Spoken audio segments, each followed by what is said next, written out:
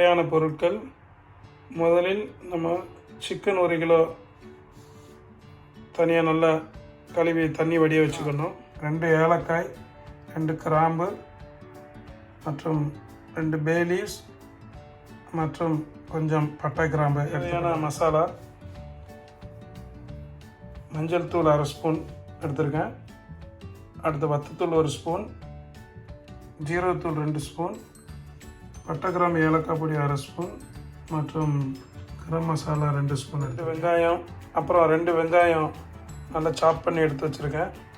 அப்புறம் மல்லி இலை ஒரு 1/4 கட்டு எடுத்து வச்சுருக்கேன். அதுக்கப்புறமா 2 தக்காளி மிக்சியில் நல்லா அரைச்சி வச்சுருக்கேன் பேஸ்ட்டாக. அப்புறம் கடையில் விற்கக்கூடிய அந்த தக்காளி பேஸ்ட்டு கொஞ்சம் எடுத்துருக்கேன். தேவையான அளவு இஞ்சி வெள்ளைப்பூடு உபயோகிக்கலாம். அதை செய்யும்போது எவ்வளோ போடணுங்கிறத சொல்கிறேன். அதுக்கப்புறம் அரபிகளுடைய இந்த ஃபரீதுக்கு தேவையான முக்கியமான இந்த மைதா மாவில் செய்யப்பட்ட ரோஸ்ட்டு போல் ஒரு ரொட்டி எடுத்துருக்கேன். அப்புறம் அதுக்கு தேவையான காய்கறிகளான உருளைக்கிழங்கு ஒரு 1/4 கிலோ, அரபிகளுடைய ஸ்பெஷல் காய்கறியான கூசா ஒரு 1/4 கிலோ, கேரட் ஒரு 150 கிராம் எடுத்திருக்கேன். வாங்க பார்ப்போம் இப்போ எப்படி அதை செய்யலான்னு. வாங்க ஃப்ரெண்ட்ஸ், இப்போ எப்படி செய்யலாங்கிறத பார்ப்போம். நான் குக்கர் எடுத்திருக்கேன். நீங்கள் உங்கள் தேவைக்கு பாத்திரம் எதாவது எடுத்துக்கலாம். க்ளோஸ் பண்ணுற மாதிரி, க்ளோஸாக வச்சு வேக வைக்கிற மாதிரி எதாவது பாத்திரம் எடுத்துக்கலாம். பாத்திரம் இப்போ நல்லா சூடாகிடுச்சு. இப்போ அதில் கொஞ்சம் ஆயில் விடுறோம். நம்ம ஒரு 50லேருந்து 75 ml ஆயில் ஊற்றுறோம். ஏன்னா ஆயில் கொஞ்சம் அதிகம் தேவைப்படும் இதுக்கு. ஏன்னா நம்ம அந்த 1 கிலோ சிக்கன் எடுத்துருக்கோம். ஸோ அதுக்கு ஏற்ற மாதிரி நம்ம ஆயில் விட்டுக்குவோம். ஆயில் நல்லா சூடாகிறது விட்டுருவோம். ஆயில் நல்லா சூடாகட்டும். அதுக்கப்புறம் அந்த ஆயிலே கொஞ்சம் நம்ம நெய் கொஞ்சமாக விட்டுக்கலாம். ஒரு 2 ஸ்பூன் விட்டுக்கலாம். இப்போ ஆயில் நல்லா சூடாகிட்டு வருது. இப்போ நம்ம எடுத்து வச்சுருக்க தாளிக்கிறதுக்கு எடுத்து வச்சுருக்கிற அந்த 2 ஏலக்காய் மற்றும் கிராம்பு மற்றும் அந்த பட்டை மற்றும் அந்த பே லீவ்ஸ் எல்லாத்தையும் நம்ம அந்த எண்ணெயில் கொஞ்சமாக வதக்கலாம். லைட்டாக வதக்கி விட்டுக்குங்க. அந்த மெத சூட்லேயே கொஞ்சம் வதங்கிட்டோம் நல்லா. பாருங்கள், இப்போ நல்லா பட்டை கிராம்பு ஏலக்கெல்லாம் வதங்கிடுச்சு. இப்போ அதில் வந்து நம்ம வெட்டி வச்ச வெங்காயத்தை அதில் போடுறோம். 2 வெங்காயம் வெட்டிட்டோம் இல்லையா, அதை கொஞ்சம் அந்த வெங்காயத்தை ஃபுல்லாக சாப் பண்ணது நம்ம கம்ப்ளீட்டாக போட்டுட்டு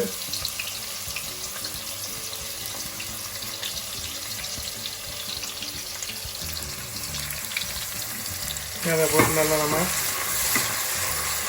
கிளறி விட்டுக்கலாம்.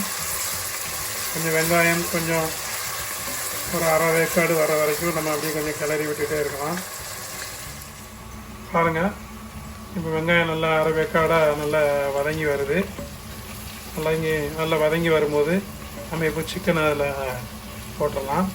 ஸோ வெங்காயம் வந்து நான் சொன்ன மாதிரி 1/2 வேக்காடு நல்லா வதங்கிடுது. இப்போ நம்ம அந்த 1 கிலோ சிக்கனை கழுவி வச்சுருங்க இல்லையா, அந்த சிக்கனை கொஞ்சம் கொஞ்சமாக அதில் சேர்க்குறோம். சேர்த்து அந்த ஆயிலும் அந்த வெங்காயம் அந்த பட்டை கிராம்பு ஏலக்காய் போட்டுருங்க இல்லையா, அதோடு சேர்ந்து அந்த சிக்கனை நல்லா கிளறி விடலாம். நல்லா பெரட்டி விட்டுட்டு எல்லா பக்கமும் இந்த வெங்காயம் மிக்ஸ் ஆகிறத நல்லா பண்ணிடலாம். கிளறி விட்டுட்டு ஒரு 5 நிமிஷம் அப்படியே அந்த எண்ணெயிலேயே கொஞ்சம் வசங்கிறதுக்கு விட்டுறலாம். இப்போ பாருங்கள், நல்லா கோழி நல்லா வதங்கிடுச்சு. அப்புறம் நம்ம அதில் வந்து ஒரு 2 ஸ்பூன் தேவைக்கு உப்பு சேர்த்துக்கலாம். இப்போ அப்படி நம்ம 2 ஸ்பூன் சேர்த்துக்கிறோம். அப்புறம் அப்படி கிளறி விடலாம். உப்பு மிக்ஸ் ஆகிற வரைக்கும் நம்ம அப்படி கிளறி விடுறோம். நல்லா உப்போடு சேர்ந்து கொஞ்சம் இன்னும் ஒரு 5 நிமிஷம் வேகட்டும். உப்புலாம் அந்த கறியில் கொஞ்சம் ஏறிடும். ஸோ அது வரைக்கும் கொஞ்சம் வெயிட் பண்ணலாம்.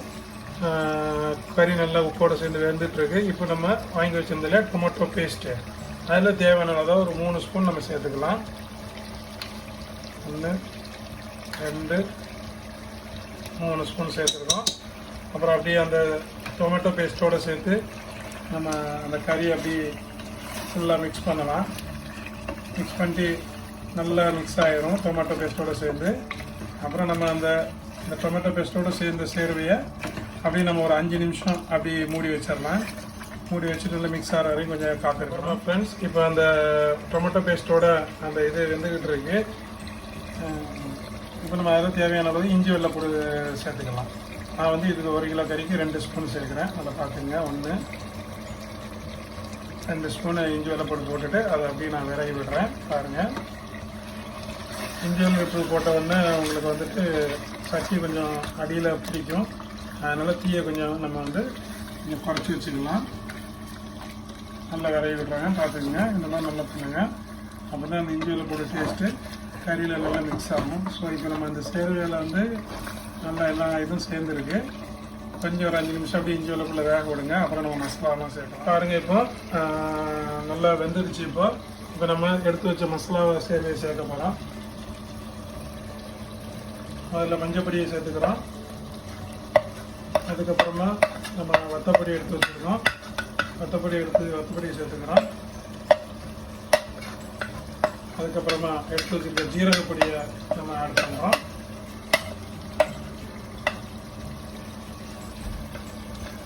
அதுக்கப்புறம் பட்டை கிராம்பு ஏலக்காய் பொடி இருக்கிறவங்கள்ட்ட அதையும் நம்ம அதில் கொஞ்சம் கொஞ்சமாக ஆட் பண்ணுறோம். அதுக்கப்புறம் வச்சுருக்கிற ஜீரக பொடி இருக்கு இல்லையா, அது 2 ஸ்பூன் எடுத்துருக்கோம். சாரி, கரம் மசாலா பொடி சேர்த்துருக்கோம். அதையும் 1.5 ஸ்பூன் எடுத்துருங்க. அதையும் இதில் ஆட் பண்ணிக்கலாம். ஓகேங்களா? ஆட் பண்ணிவிட்டு அப்படியே நம்ம இந்த மசாலாவோட சேர்த்து கிளறி விடலாம். மசாலா போட்டோம்னா கொஞ்சம் அடிபிடிக்கிற மாதிரி இருக்கும். ஸோ நம்ம வந்து தீயை கொஞ்சம் குறைச்சி வச்சுக்கலாம். ஃப்ளேமை குறைச்சி வச்சுட்டு நம்ம அந்த மசாலாவோட மிக்ஸ் பண்ண பாருங்கள். பார்க்குறதுக்கு ரொம்ப அழகாக இருக்குது, கலரேஷனாக இருக்குது நல்லா. ஆமாம், பார்க்கும்போது எப்படின்னா சாப்பிடும்போது இன்னும் நல்லாயிருக்கும். ட்ரை பண்ணுங்கள் எல்லோரும். இதை முடிஞ்சோன்னு பார்த்துட்டு ஷேர் பண்ணுங்கள், லைக் பண்ணுங்கள், சப்ஸ்கிரைப் பண்ணுங்கள். மேலும் சாப்பிட்டுட்டு உங்கள் கமெண்ட்ஸை சொல்லுங்கள். இன்னும் மேலும் என்ன செய்யலாங்கிறத நம்ம தொடர்ந்து பார்ப்போம். இப்போ பாருங்கள் ஃப்ரெண்ட்ஸ், இப்போ எல்லாமே நல்லபடியாக சேர்ந்துடுச்சு.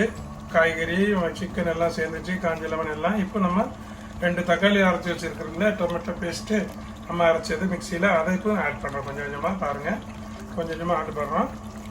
இது கொஞ்சம் கொஞ்சமாக அழகாக சேர்க்கணும். ஒவ்வொரு எல்லா இடத்துலையும் பரவுற மாதிரி நல்லா சேர்த்துட்டு அப்புறம் நம்ம அப்படி எல்லாத்தையும் நல்லா கலந்து விடணும். கலந்து விட பாருங்கள். இப்போ அப்புறம் அப்படியே நம்ம எடுத்து எல்லாத்தோடையும் மிக்ஸ் ஆகிற மாதிரி அப்படி நல்லா கிளறி விடணும். டொமேட்டோ பேஸ்ட்டு எல்லாமே அதோட நல்லா சேர்ந்து வரும். அது நல்லா அதில் போட்டுட்டு வெயிட் பண்ணுங்கள். இப்போ அது மேலே நம்ம மல்லி இலை 1/4 கட்டு எடுத்து வச்சுருக்கோம் இல்லையா, அதையும் கம்ப்ளீட்டாக அப்படியே கொஞ்சம் கொஞ்சமாக தூற்றி விடுங்க. தூற்றி விட்டுட்டு 1/4 கட்டையும் கம்ப்ளீட்டாக யூஸ் பண்ணுங்கள். மல்லியில் நல்லா மனம் கொடுக்குங்க. அதனால நல்லா அதை சேர்த்துக்கோங்க. சேர்த்துட்டு கம்ப்ளீட்டாக எல்லாத்தையும் நம்ம ஒன்று போல் மிக்ஸ் பண்ணி விட்டுருவோம். பாருங்கள், பார்க்குறதுக்கு எவ்வளோ அழகாக இருக்குது பாருங்கள். நல்லா கொதிச்சுக்கிட்டு இருக்குது, எல்லாம் மிக்ஸ் ஆகிடுச்சு. இப்போ நம்ம குக்கரை மூட போகிறோம், வேக வைக்க போகிறோம். அதனால நம்ம தேவையான தண்ணியை முதலே ஆட் பண்ணிடலாம். பாருங்கள், ஸோ நம்ம கொஞ்சம் தண்ணி ஆட் பண்ணியிருக்கேன் கறி வேகிறதுக்காக. சாதாரண பாத்திரமாக இருந்துச்சுன்னா நீங்கள் வந்துட்டு அந்த தண்ணி தேவையான அளவு ஊற்றிட்டு நீங்கள் வந்துட்டு அப்படியே கொஞ்ச நேரம் 1/4 மணி நேரம் அல்லது 20 நிமிஷம் நீங்கள் மூடி வச்சிடலாம். இப்போ நம்ம குக்கராக இருக்கிறதுனால குக்கரில் நம்ம மொத்தமாக விரைவி வச்சுட்டு ஒரு விசில் விட்டுடலாம். பாருங்கள், இப்போ தேவையான அளவு தண்ணி ஊற்றிட்டேன். இப்போ குக்கரை மூட போகிறேன். குக்கரை மூடிடலாம். குக்கரை கொஞ்சம் கவனமாக யூஸ் பண்ணுங்கள். எப்போவுமே வால்வு இதெல்லாம் நல்லா செக் பண்ணிக்கோங்க. அப்புறம் கேஸ்கட்லாம் நல்லா டைட்டாக இருக்கிற மாதிரி போட்டுக்கோங்க. அப்புறம் குக்கருடைய அந்த விசிலை மேலே போட்டு விட்ருங்க. அப்படி குக்கரில் நம்ம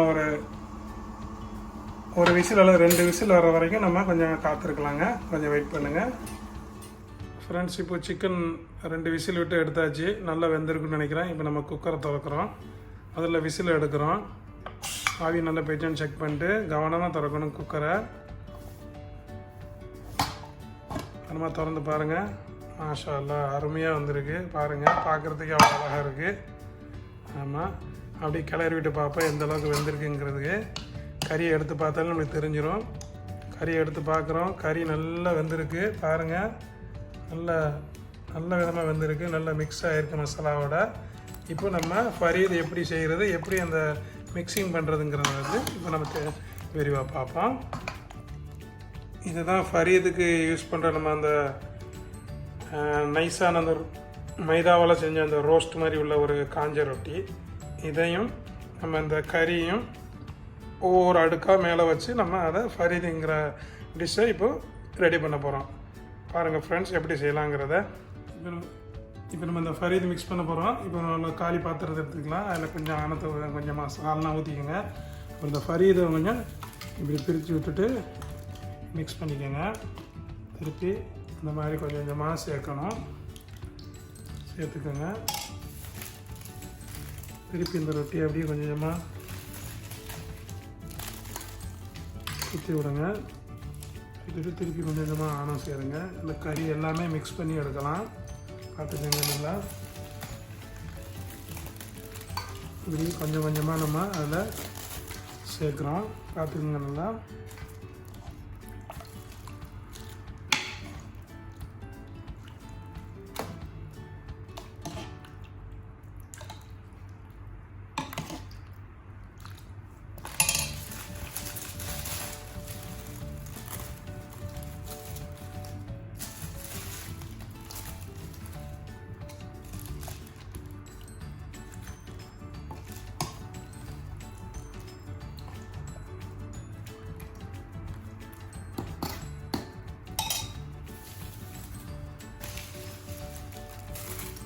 பார்த்துக்கனால இந்த மாதிரி லேயர் பை லேயராக நம்ம பண்ணணுங்க.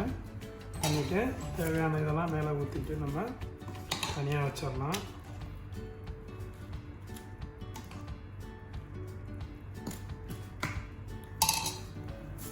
இப்போ பாருங்கள் டிஷ்ஷு ரெடி ஆகிடுச்சு. ஓகே, நம்ம இனிமேல் இதை அப்படி அந்த குழம்புலையே நல்லா ஊற வச்சிடலாங்க. இதுதான் ஃபரீத் செய்கிற முறைங்க. சாப்பிட்டு பாருங்கள், ரொம்ப அழகாக இருக்கும். பார்க்குறதுக்கு அழகாக இருக்குது இல்லையா? நீங்களும் சாப்பிட்டு பார்த்துட்டு உங்களுக்கு கமெண்ட்ஸ் சொல்லுங்கள். நீங்களும் செஞ்சு ருசித்து சாப்பிடுங்க. கண்டிப்பாக உங்களுக்கு பிடிக்கிற மாதிரி இருக்கும். ஓகேங்களா? Okay, good bye.